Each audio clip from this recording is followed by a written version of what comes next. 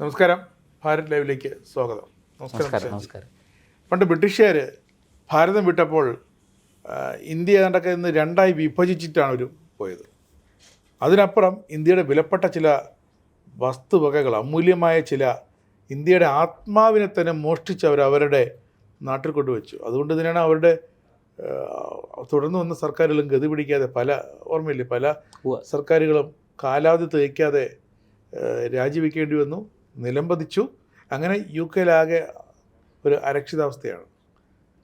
നമ്മുടെ ചെയ്ത കർമ്മങ്ങൾ നമ്മുടെ അമൂല്യമായ നമ്മുടെ ജീവനെന്ന് നമ്മൾ കരുതുന്ന പല വസ്തുവകകളും അവർ കടത്തിക്കൊണ്ടുപോയി. ഓരോന്നോരോന്നായിട്ട് ഇന്ത്യയിലേക്ക് കടല് കടത്തി. അന്ന് ഒരു കപ്പലിലാണ് കൊണ്ട് പോകുന്ന വഴിക്ക് അല്ലേ, ഗ്രേറ്റ് ഇന്ത്യ കമ്പനി പോകുന്ന പോക്കിനെ കടൽ കടത്തിയ അതിൽ നമ്മുടെ ഒരു വിഗ്രഹമുണ്ടായിരുന്നു. മധ്യപ്രദേശിലെ പോയ്ശാലയിലെ ഒരു വലിയൊരു സരസ്വതി ക്ഷേത്രം, അതിപ്പോൾ ഒരു മോസ്കാണ്. ആ അമ്പലത്തിലെ സരസ്വതി വിഗ്രഹം ഇവർ കടത്തിക്കൊണ്ടുപോയി. അതിപുരാതനമായ അമൂല്യമായ വിഗ്രഹമാണ്. അതെ. അപ്പോഴേക്കും എന്ത് ചെയ്തു, നമ്മുടെ ചില മധ്യപ്രദേശിലെ അവിടുത്തെ ഭോപ്പാലിലെ ചില നാട്ടുരാജാക്കന്മാർ വളരെ തന്ത്രശാലികളാണ്. വിഗ്രഹമില്ലല്ലോ, ബ്രിട്ടീഷുകാർ കൊണ്ടുപോയല്ലോ. അങ്ങനെ അവരതിനെ തട്ടിയെടുത്തു. ശരിക്കും അവരതിനെ ഒരു രേഖയുമില്ലാതെ ആ തട്ടിയെടുത്ത് തന്നെ ഒരു ജുമാ മസ്ജിദ് കോംപ്ലക്സ് ആക്കി. ആ കോംപ്ലക്സിൽ കാലാകാലങ്ങളായിട്ട് നിസ്കാരം നടന്നു വന്നു. 23 വർഷം മുമ്പാണ് പുരാവസ്തു വകുപ്പിൻ്റെ ഒരു ഉത്തരവ് വന്നത്, ഹൈന്ദവ ജനതയ്ക്ക് അവിടെ പ്രവേശനമില്ല, അത് ക്ഷേത്രമല്ല. അങ്ങനെ പക്ഷേ അവർക്ക് നമാസിനുള്ള, നിസ്കാരത്തിനുള്ള എല്ലാ സൗകര്യങ്ങളും ഈ പുരാവസ്തു കേന്ദ്ര ആർക്കിയോളജിക്കൽ സർവേ ഓഫ് ഇന്ത്യയുടെ ആ ഉത്തരവിൽ കൃത്യമായിട്ടുണ്ടായിരുന്നു. 23 വർഷമാണ് നമ്മൾ കേസ് നടത്തിയത്. അങ്ങനെ കഴിഞ്ഞ ദിവസം മധ്യപ്രദേശ് ഹൈക്കോടതി അതിലെ ആ ഉത്തരവങ്ങ് റദ്ദാക്കി. ഹൈന്ദവർക്ക് പ്രവേശനം അനുവദിച്ചു, നിസ്കാരം നിരോധിച്ചു. പക്ഷെ നമുക്കറിയാം അവിടുത്തെ തൂണുകൾ മൊത്തം അല്ലേ. അതെ, അതിൻ്റെ ചരിത്രം വളരെ രസകരമാണ്. രാജേഷ് ജി പറഞ്ഞതിനകത്ത് കുറച്ചുകൂടെ ചേർക്കേണ്ടതുണ്ട്. അതത്ര ലളിതമായിട്ട് പറഞ്ഞു പോകാൻ പറ്റുന്നൊരു വിഷയമല്ല.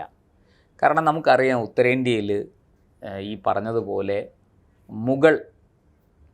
മുഗളന്മാർ മാത്രമല്ല പലരും നമ്മളെ ആക്രമിച്ചു. അലക്സാണ്ടർ തൊട്ട് ഇങ്ങോട്ട് ഒരുപാട് അതെ ഖിൽജിമാർ, അങ്ങനെ ഒരുപാട് പേര് നമ്മളെ ആക്രമിച്ചു. ഞാൻ അതിൻ്റെ ഒപ്പം പേർഷ്യക്കാരുൾപ്പെടെ നമ്മളെ ആക്രമിച്ചിട്ടുണ്ട്. ഇരിക്കട്ടെ, ഞാൻ അതിൻ്റെ ചരിത്രത്തിലേക്കൊന്നും പോകുന്നില്ല.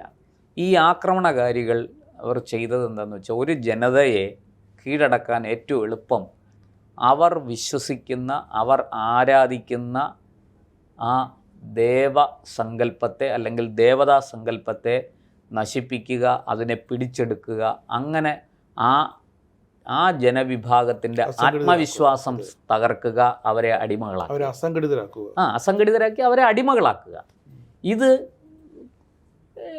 ഈ പറഞ്ഞതുപോലെ നമ്മൾ ഭാരതീയരൊഴിച്ച് ബാക്കി ലോകത്ത് എല്ലായിടത്തും നടക്കുന്നത് ഇങ്ങനെ, നാഥനില്ലാത്ത നാടാക്കുക, എന്നിട്ട് അതിനെ പിടിച്ചെടുക്കുക.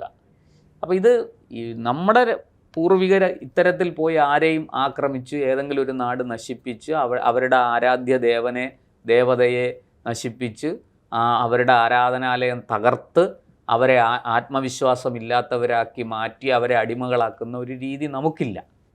അതുകൊണ്ട് നമ്മൾ ആരോടും അങ്ങനെ ചെയ്തിട്ടില്ല. നമുക്ക് നമ്മുടെ പ്രാചീന ഈ ഇതിഹാസങ്ങളൊക്കെ എടുത്താൽ മഹാഭാരതത്തിൽ രാഷ്ട്രത്തിന് വേണ്ടി, രാജ്യം നേടാൻ വേണ്ടിയിട്ട് ചേട്ടനും അനിയനും തമ്മിൽ യുദ്ധം ചെയ്യുന്നുണ്ട്. രാമായണത്തിൽ നമ്മൾ സീതയെ രാവണൻ തട്ടിക്കൊണ്ടുപോയി, സീതയുടെ ഭർത്താവായ രാമൻ പുറകെ പോയിട്ട് രാവണനെ വധിച്ച് സീതയെ വീണ്ടെടുക്കുന്നു അല്ലേ. അവിടെയും അല്ല, മനസ്സിലാക്കേണ്ടത് അങ്ങനെ തിരിച്ചെടുക്കുമ്പോൾ രാമൻ ലങ്ക തൻ്റെ രാജധാനിയാക്കുക അല്ല ചെയ്തത്. അവിടെ രാവണൻ്റെ സഹോദരനായ വിഭീഷണനെ രാജാവാക്കിയിട്ട് അദ്ദേഹം സ്വന്തം ഭാര്യയും കൂട്ടി ലങ്ക വിട്ട് അയോധ്യയിലേക്ക് മടങ്ങുകയാണ് ചെയ്തത്. അപ്പോൾ അത് നമ്മുടെ പാരമ്പര്യത്തിലില്ല, ഭാരതത്തിൻ്റെ പാരമ്പര്യത്തിലില്ല. പക്ഷേ ഈ വന്നു കയറിയ ആൾക്കാരെല്ലാം നമ്മളോട് ചെയ്തത് നേരെ തിരിച്ചാണ്. അവർ നമ്മുടെ ആരാധനാലയങ്ങൾ, നമ്മുടെ ക്ഷേത്രങ്ങളൊക്കെ തകർത്തു, അത് കൊള്ളയടിച്ചു, അവിടുത്തെ വിഗ്രഹങ്ങൾ നശിപ്പിച്ചു, ആ വിഗ്രഹങ്ങളൊക്കെ കടത്തിക്കൊണ്ടുപോയി. അത് ഞാൻ പറയണ ഇന്ന ഒരു വിഭാഗം എന്നില്ല. അലക്സാണ്ടർ തൊട്ട് ഇങ്ങോട്ട് ഏറ്റവും ഒടുവിൽ ബ്രിട്ടീഷുകാർ വരെ നമ്മളോട് ചെയ്തത് അതാണ്.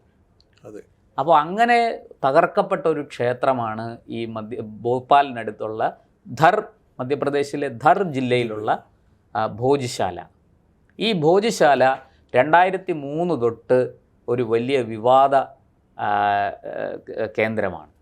2003 ഒരു പ്രാചീനമായ കെട്ടിടം, അവിടെ നമാസൊക്കെ നടന്നിരുന്നു, നിസ്കാരമൊക്കെ നടന്നിരുന്നു.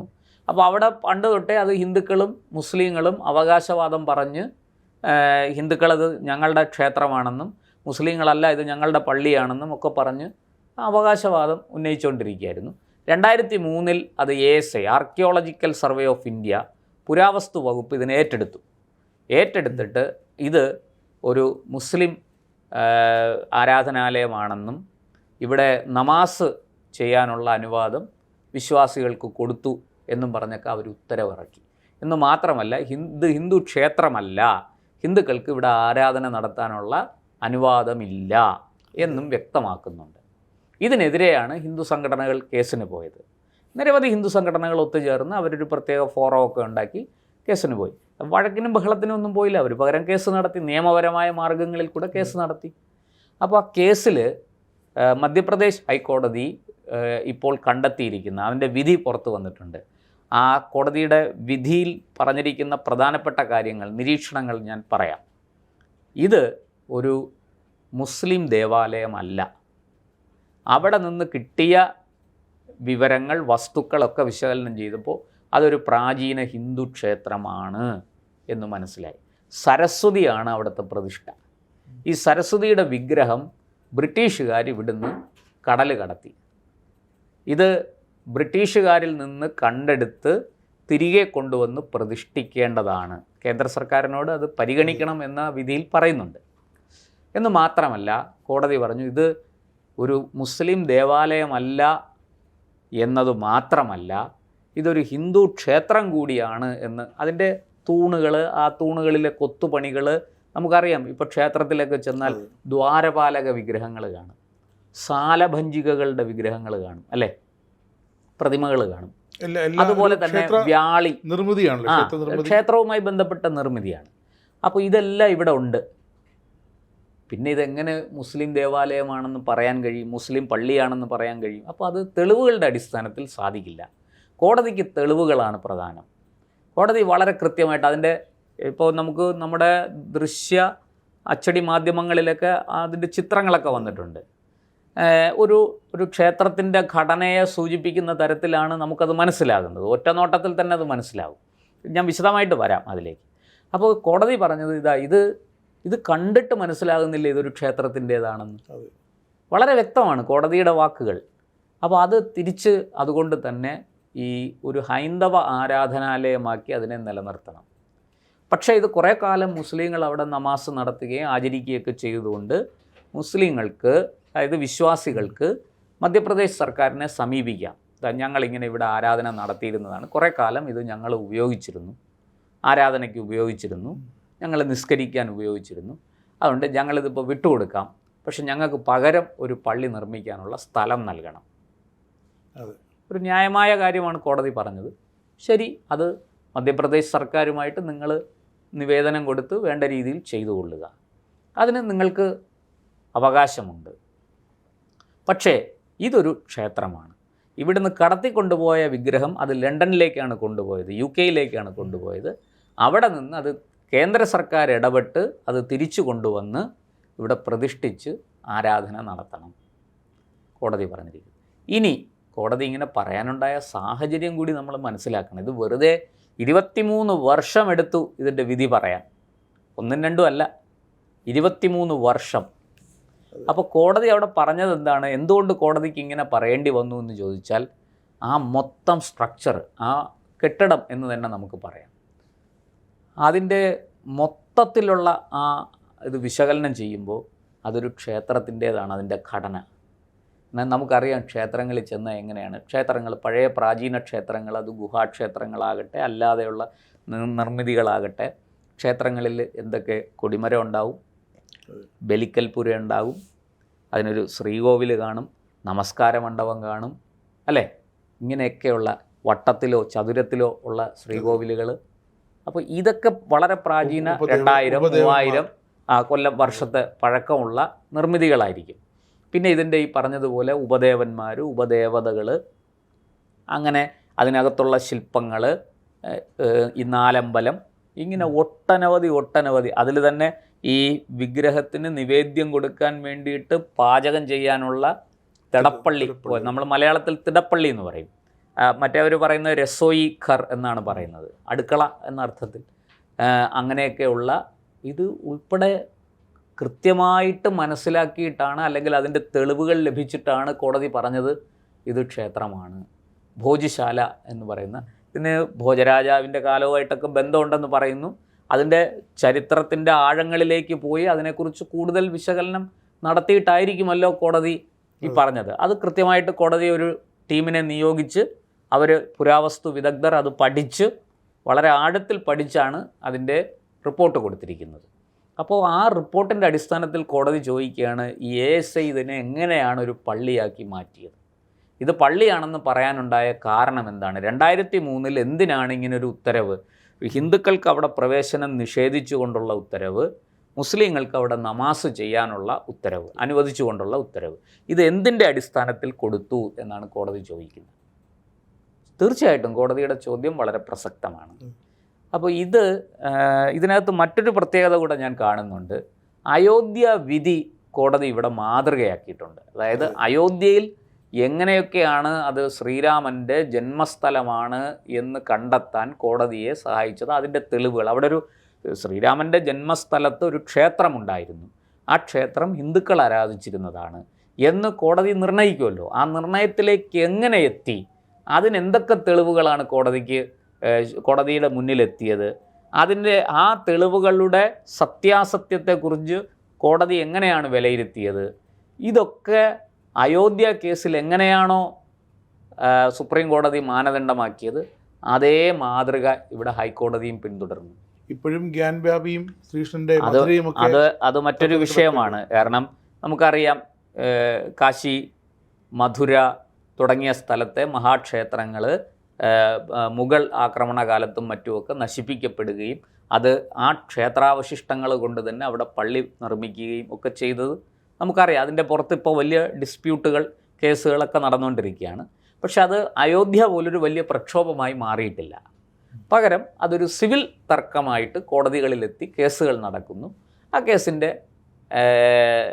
ഇതനുസരിച്ച് കോടതി എല്ലാ തെളിവുകളും പരിശോധിച്ച് അതിൽ വിധി പറയും എന്നാണ് ഞാൻ മനസ്സിലാക്കുന്നത്. അത് എല്ലാ കൂട്ടർക്കും സമ്മതമാണ്. രണ്ട് കൂട്ടരും, ഇതിനെ അനുകൂലിക്കുന്നവരും ഇതിനെ എതിർക്കുന്നവരും ഉണ്ടല്ലോ. അപ്പോൾ രണ്ട് കൂട്ടരും ആ വിധി, കോടതിയുടെ വിധി എന്താണോ അത് അംഗീകരിക്കും എന്നാണ് ഞാൻ കരുതുന്നത്. ഇവിടെ ഈ പറഞ്ഞതുപോലെ പ്രാചീന ക്ഷേത്രങ്ങൾ നഷ്ടപ്പെട്ടു പോയത് വീണ്ടെടുക്കാനുള്ള, ഏതാണ്ട് ചരിത്രം പറയുന്നത് 40,000-ലധികം ക്ഷേത്രങ്ങൾ ഉത്തരഭാരതത്തിൽ നശിപ്പിക്കപ്പെട്ടു, മഹാക്ഷേത്രങ്ങൾ നശിപ്പിക്കപ്പെട്ടു എന്നാണ്. അപ്പോൾ ആ 40,000 ക്ഷേത്രങ്ങൾ ഇന്ന് തിരികെ കൊണ്ടുവരുമോ എന്നൊക്കെ ചോദിച്ചാൽ എനിക്ക് ഉത്തരവില്ല.